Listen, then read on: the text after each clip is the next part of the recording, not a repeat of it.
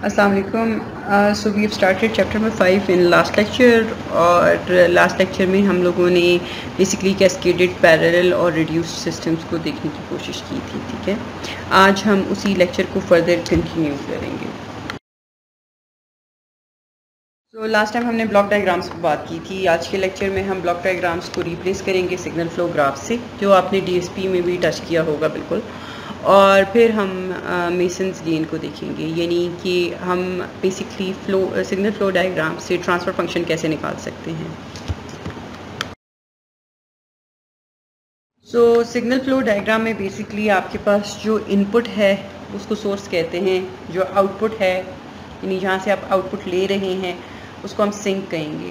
ठीक है, और कोई भी ऐसा पॉइंट जो एडर को रिप्रेजेंट कर रहा हो या स्प्लिटर को, मतलब जहाँ पर वन से ज़्यादा नोड्स मर्ज हो रहे हों या एक से ज़्यादा ब्रांचेस जो हैं वो स्प्लिट हो रही हों आगे, so that is known as node. वो नोड आप नोडल एनालिसिस में भी आपको अंदाज़ा है नोड क्या चीज़ होती है।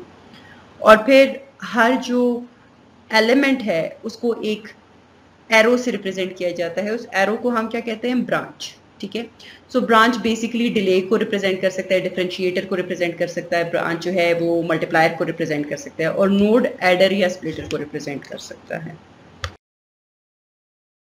सो ये बेसिकली स्टेप्स हैं जिसमें हम लोग देखते हैं कि सिग्नल फ्लो ग्राफ हम कैसे बना सकते हैं। ठीक है, सो हमारे पास जो कोई एक गेन है जी ऑफ एस या कोई फीडबैक है एच ऑफ एस, हम उसको एरो से रिप्रेजेंट करेंगे। ठीक है, और जो कनेक्शन पॉइंट्स होंगे हम उनको नोड से रिप्रेजेंट करेंगे। सो बेसिकली आपने सबसे पहले ये देखना होगा कि आपकी इंफॉर्मेशन की फ़्लो कैसे है। जैसे कि आपके पास गेन है तो गेन फीड फॉरवर्ड है, या अगर आपके पास जो फीडबैक सेंसर की आउटपुट आ रही है वो फीडबैक है तो उसके डायरेक्शन जो है वो ऑपोजिट साइड पे होगा।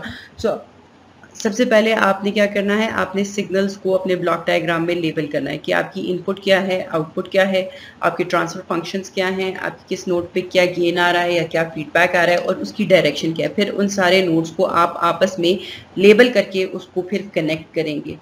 ठीक है, next example will explain what I am saying.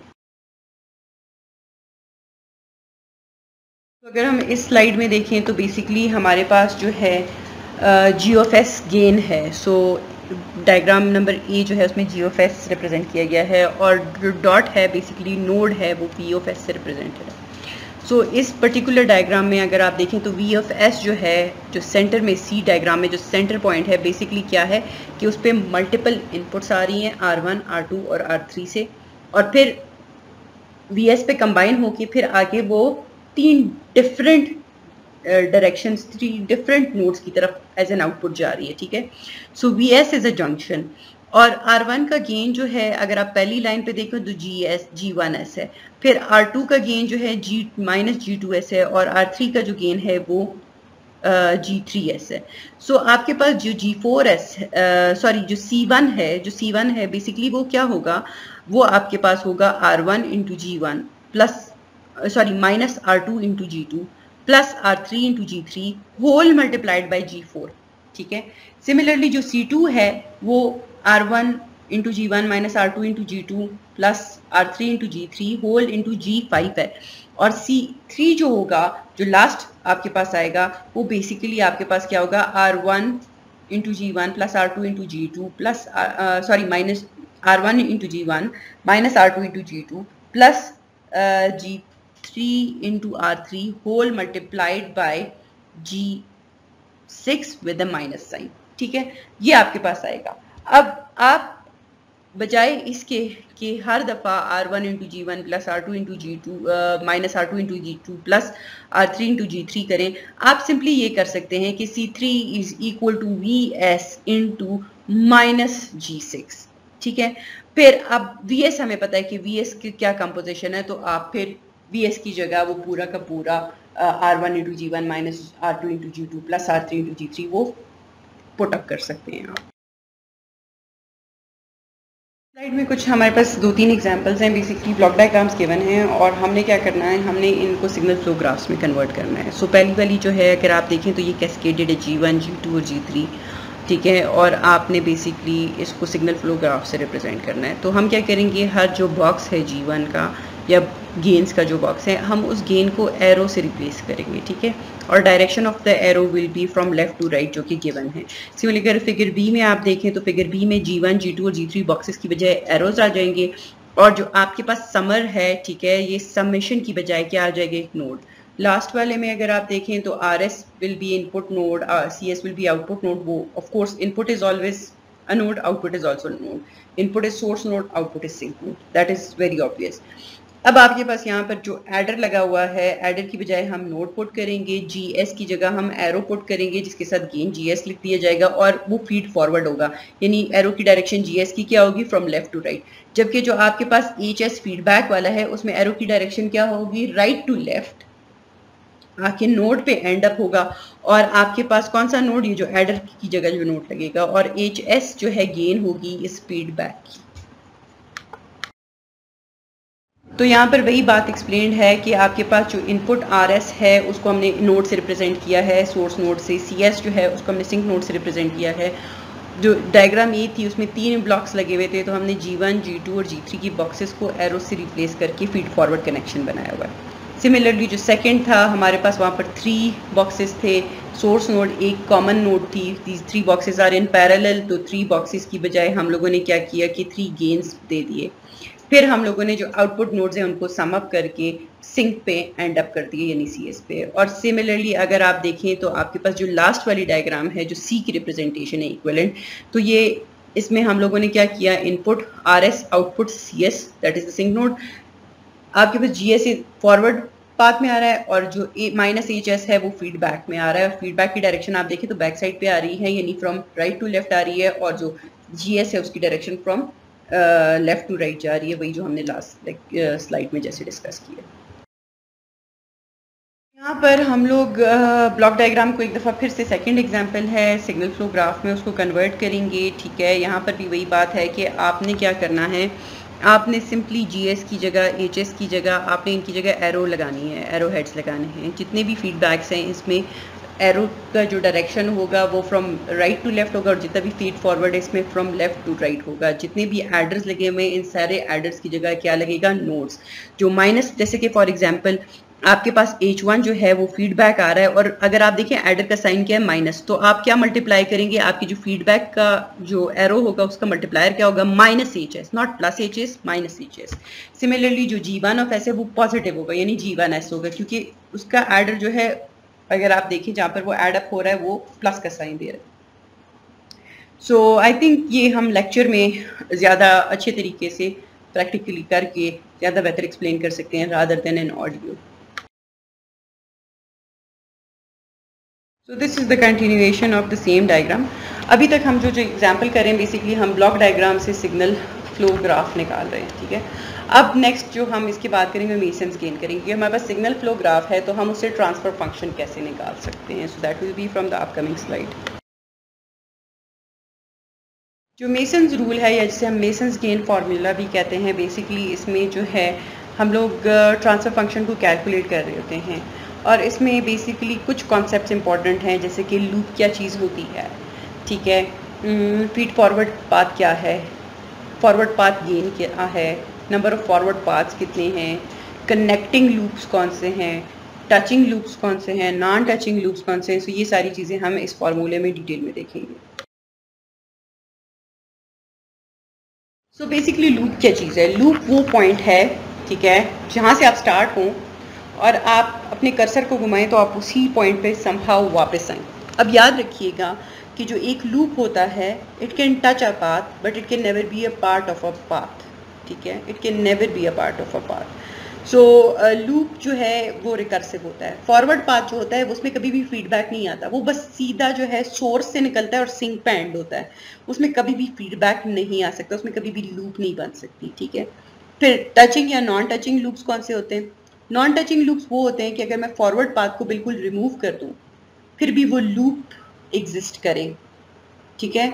और टचिंग लूप्स वो कौन से होते हैं कि अगर मैं फॉरवर्ड पाथ को रिमूव कर दूं तो वो लूप जो है उसका कोई हिस्सा जो है वो ख़त्म हो जाए, ठीक है। अगर उसका कोई हिस्सा ख़त्म हो जाता है, कोई नोड ही क्यों ना रब हो जाए, जब मैं फॉरवर्ड पाथ रब करती हूँ तो वो लूप जो है इनकम्प्लीट हो जाता है, सो it is a touching loop. Non touching loop कौन से होते हैं कि अगर हम फॉरवर्ड पाथ को बिल्कुल ख़त्म भी करते हैं स्टिल द लूप एग्जिस्ट, ठीक है। अब गेन क्या होता है, फॉरवर्ड लूप का गेन क्या होता है? लूप का गेन बेसिकली होता है कि लूप में जितने भी कंपोनेंट्स लगे हुए हैं, लूप के जितने भी कंपोनेंट्स हैं, उन सबको जब आपस में मल्टीप्लाई करते हैं वो आपको क्या देते हैं? गेन ऑफ दैट लूप, ठीक है। And it is in always in, because we are talking about transfer function, so it is always in Laplace domain. Similarly forward path gain क्या होता है कि फॉरवर्ड पाथ यानी जो RS से शुरू हो रहा है और CS पे एंड हो रहा है, तो बेसिकली उस पाथ में जितने भी कंपोनेंट्स आ रहे हैं उन सब का product. Similarly non touching loops और टचिंग लूप्स जो हैं वो मैंने डिस्कस कर दिए हैं। फिर नॉन टचिंग लूप्स या टचिंग लूप्स या जो भी लूप कैन बी टचिंग और नॉन टचिंग, लेकिन नॉन टचिंग लूप कौन सा होता है? नॉन टचिंग लूप वो है जो उस पाथ को नहीं टच कर रहा, ठीक है, और उसका gain, so that is the non touching loop gain. तो इस स्लाइड में हम बहुत अच्छे तरीके से ज़्यादा एक्सप्लेन कर सकते हैं कि भाई लूप गेन्स क्या होंगे और फॉरवर्ड पाथ्स क्या होंगे, etcetera etcetera, rather than the हवा में जैसे मैं बात कर रही थी लेक्चर स्लाइड नंबर 11 में। सो स्लाइड नंबर 12 में हम देखते हैं कि हमारे पास जो सोर्स है वो RS से शुरू हो रहा है और बाई S की तरफ हम जा रहे हैं। हम याद रखिएगा हम लूप्स की बात कर रहे हैं, ठीक है, हम लोग इस वक्त लूप गेन की बात करें, कोई और बात नहीं कर रहे, पाथ शाफ्ट्स को नहीं टच कर रहे। सो यहाँ पर देखें आपको कौन कौन से लूप्स नजर आ रहे हैं। सबसे पहला जो आपके पास x1 ऑफ s और x2 ऑफ s के बीच में आप देखें तो आपके पास एक लूप है, ठीक है। आप x1 ऑफ s से स्टार्ट होते हैं और x2 ऑफ s पे जैसे ही पहुंचते हैं तो नीचे वाले फीडबैक के थ्रू आप वापस आए तो दिस इज अ लूप, ठीक है। और इस लूप की गेन क्या है? It will be g1 of s multiplied by minus h3 of s, so that is the loop gain. So what is the loop gain? Loop number 1 की जो gain है, let's call it loop number 1 between h1 of s and h2 of x1 of s and x2 of s, it is g1 of s multiplied by h3 minus h3 in fact with a negative sign। फिर आपको एक और loop, आप आगे जाएं तो आपको x3 से लेकर स्ट्रेट जाएं तो आपके पास x3 4 5 6 x6 पे जाके आपके पास फिर से एक वापसी का रास्ता बनता है और वो वापसी का रास्ता जो है वो माइनस h2 ऑफ s की तरफ से है, ठीक है। तो अब आपके पास इस लूप का गेन क्या बनता है? इस लूप का गेन आप जब x3 ऑफ s से स्टार्ट हुए तो 1 आता है, फिर आप x4 से जब x5 पे पहुंचते g2 आता है, फिर जब आप x5 से x6 पे पहुंचे g3 आ रहा है, सो g2 मल्टीप्लाइड बाई g3 और फिर फीडबैक माइनस h2। तो इस लूप का गेन क्या आएगा? इस लूप का गेन आएगा g2 multiplied by g3 multiplied by minus h2, so the second loop gain would be minus g2 g3 into h2, ठीक है। फिर हम बात करते हैं अब ये बीच में इस बड़े से लूप के अंदर एक छोटा सा लूप है, यानी h5 से h6 के बीच में, that is g2 multiplied bye h2 और इसमें नेगेटिव साइन नहीं है, it has a positive sign.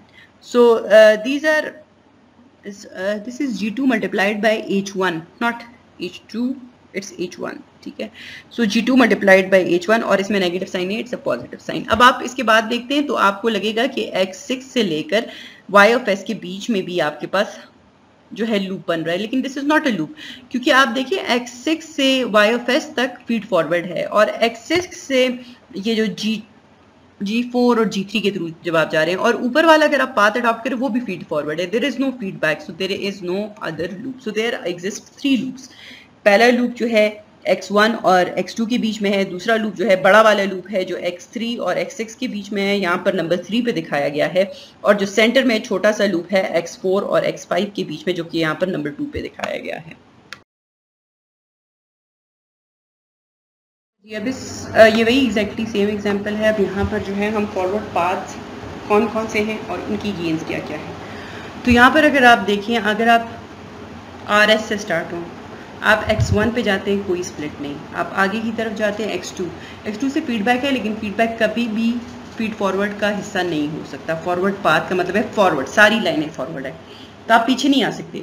तो अब आगे की तरफ जाते हैं, आप x2 से x3 की तरफ जाते हैं, फिर x3 से x4, कोई फीडबैक आप अडॉप्ट नहीं कर सकते और कोई स्प्लिट नहीं है।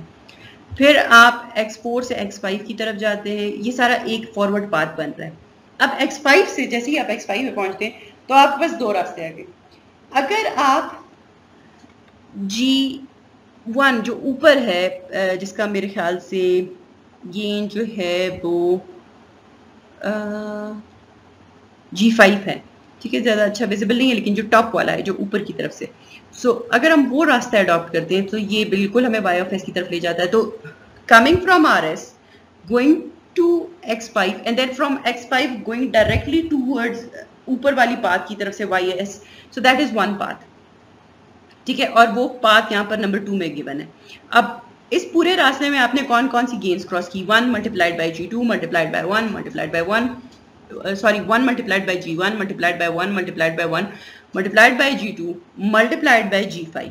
सो इसकी गेन क्या आई, g1 multiplied by g2 multiplied by g5। ये पाथ, एक पाथ ये हो गया फॉरवर्ड पाथ।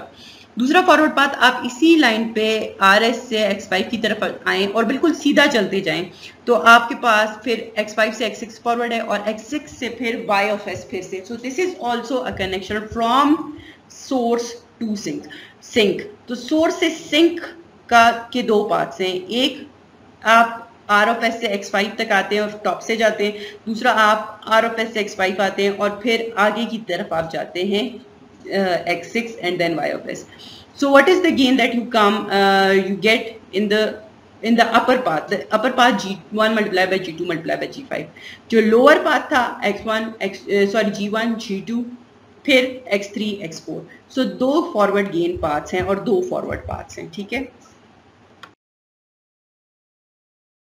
तो सबसे पहले तो हम अपनी लूप्स को नाम देते हैं। पहला जो लूप है जो x1 और x2 के बीच में एग्जिस्ट कर रहा है वो लूप 1 है।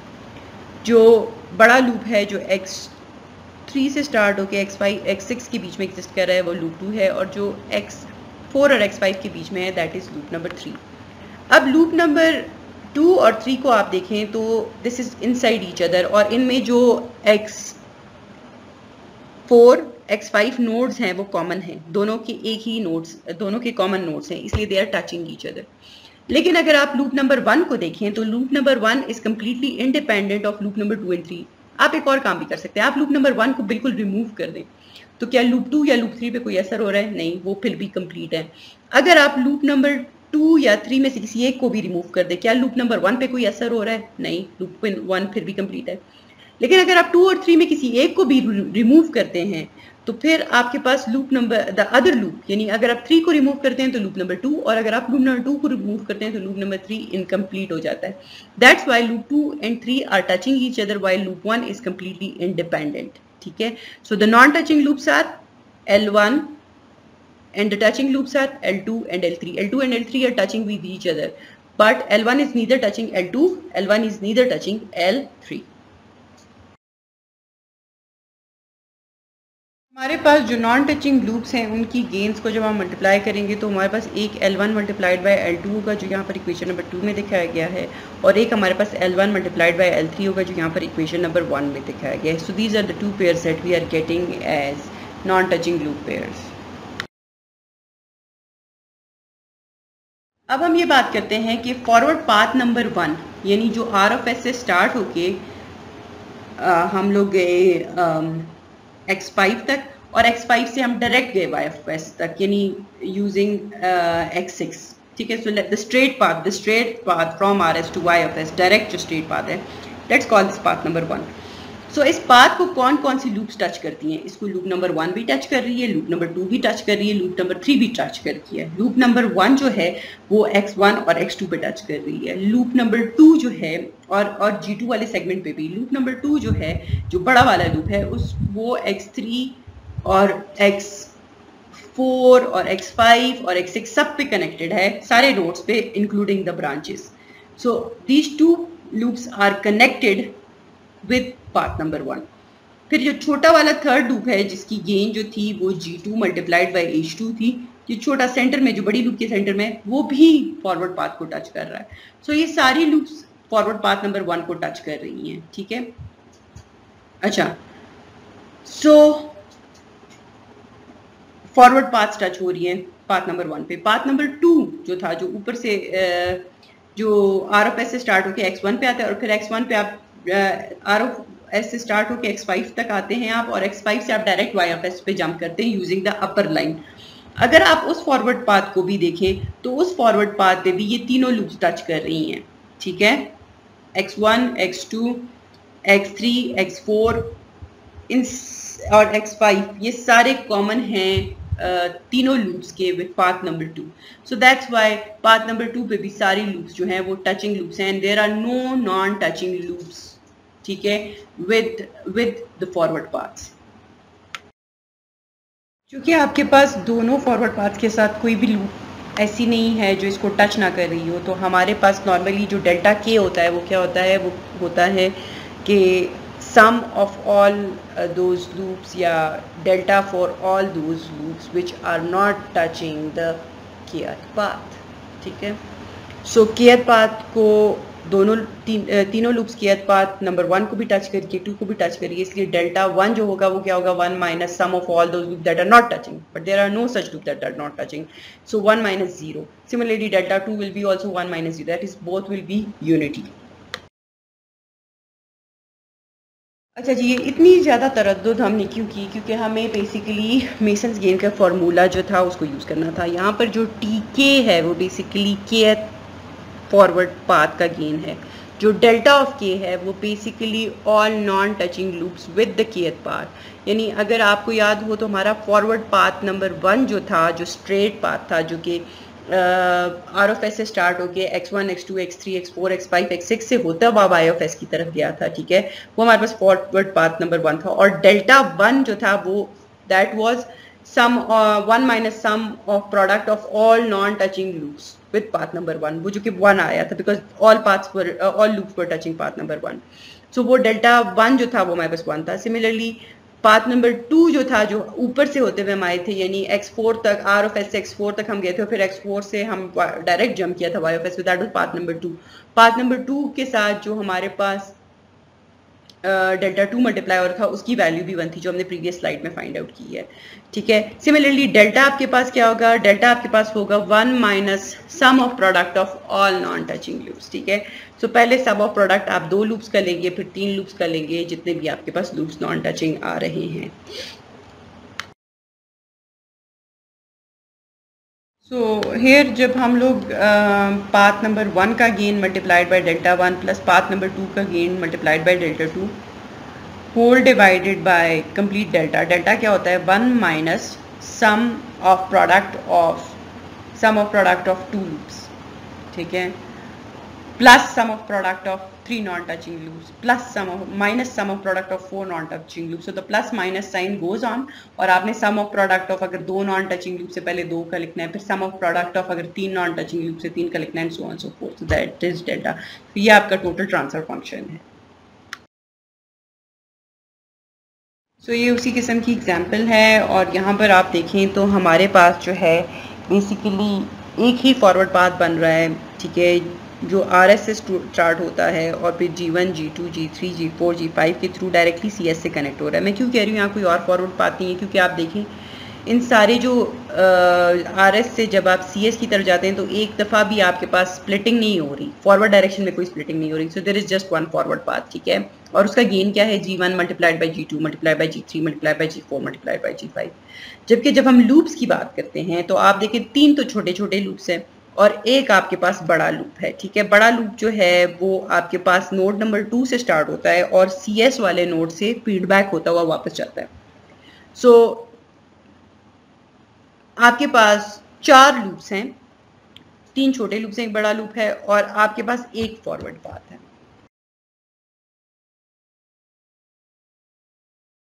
तो वही बात हुई, आपका फॉरवर्ड पाथ की गेन्स आपको पता है.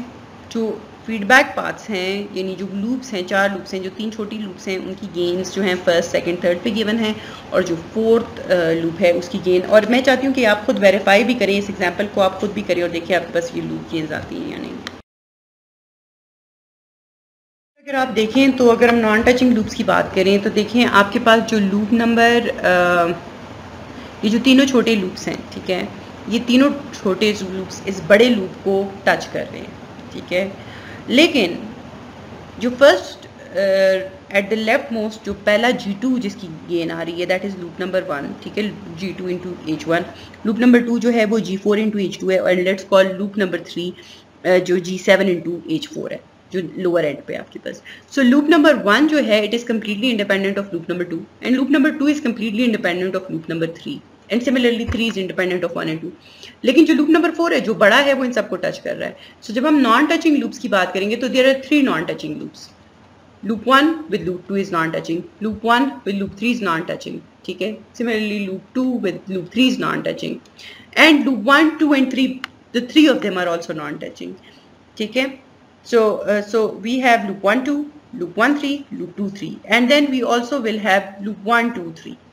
वही बात आ गई आपके पास पिछली स्लाइड पे जो थी 2 लूप्स की प्रोडक्ट्स गिवन थे, और यहाँ पर जो लूप 1 2 3 है उसका भी आपके पास प्रोडक्ट गिवन है। सो डेल्टा जब आप निकालेंगे so delta will be 1 minus sum of 2 non touching, sum of product of 2 non touching loops. तो यहाँ पर जो है आपके पास sum of product of 2 non touching loops है G2H1 प्लस पहले 1 minus sum of all touching loops है, ठीक है, सम ऑफ ऑल लूप्स है, और फिर उसके बाद there comes the non touching loops. So 1 minus sum of all loops plus sum of 2 non-touching loops minus sum of 3 non-touching loops and so on and so forth. So this is the delta that you get. Example से delta of के की definition बड़ी अच्छे तरीके से define हो जाएगी। अब आपके पास एक ही फॉरवर्ड पाथ है, ठीक है, तो डेल्टा ऑफ 1 क्या होगा? अगर आप देखें तो आपके पास जो लूप नंबर 1 है, जो लूप नंबर 2 है, जो 2 छोटी लूप्स हैं, और जो बड़ी वाली लूप है जो लूप नंबर 4 है, ये तीनों लूप्स जो है पाथ नंबर 1 को टच कर रही हैं। लेकिन अगर आप पाथ नंबर 1 को बिल्कुल रिमूव कर दें तो जो लूप नंबर 3 है G7 into H4 उस पर कोई फर्क नहीं पड़ता। So that is the loop that is not touching path number 1। So del of k क्या है? Del of k is delta itself but for only those loops that are not touching the path number k. तो यहाँ पर path number 1 है और path number 1 को loop number 4 नहीं touch कर रहा, तो हम यहाँ पर सिंपली कहेंगे 1 minus sum of all loops which are not touching path number 1, ठीक है, plus sum of product of 2 non touching loops and then plus sum of product of 3 non touching loops. लेकिन यहाँ पर 2 और 3 तो है ही नहीं, एक ही लूप है, तो 1 minus sum of all loops and that is just G7 into H4। so 1 minus G7 into H4 आपके पास डेल्टा 1 आ जाता है। इन T1 was the gain of path 1, so T1 multiplied by delta 1 divided by delta, ये आपको आपका transfer function दे देगा।